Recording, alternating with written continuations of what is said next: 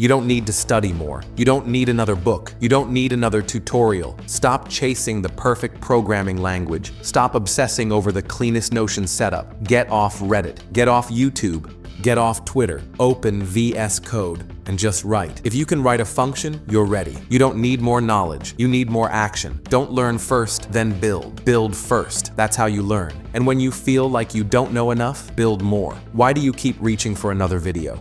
Another blog? Because writing code is hard, and you're avoiding the hard part. There is no magic roadmap to becoming a developer. No secret path, just long hours and deep focus. You know how I learned? By breaking stuff, by getting burned. I only understood pass by reference versus pass by value when my code broke and didn't do what I expected.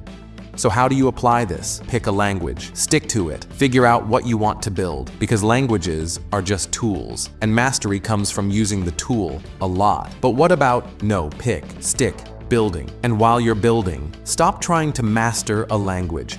I see those videos all the time. Become a JavaScript master in 30 days. I've been in tech for nearly 5 years. Never met a master JavaScript engineer. What does that even mean? The best engineers I've worked with, they don't know everything, but they know their tools and they know their problems, inside out. They still Google, they still learn on the job. They just solve more problems faster because they've already solved a lot. That's the truth. So stop hunting for hacks. You don't need another productivity trick. You don't need another ultimate roadmap. You don't need another video on how to land a dev job in 3 weeks. There are no shortcuts, just hours, just effort, just you building and solving again and again. Thank you for your time. I am CodeBlastX.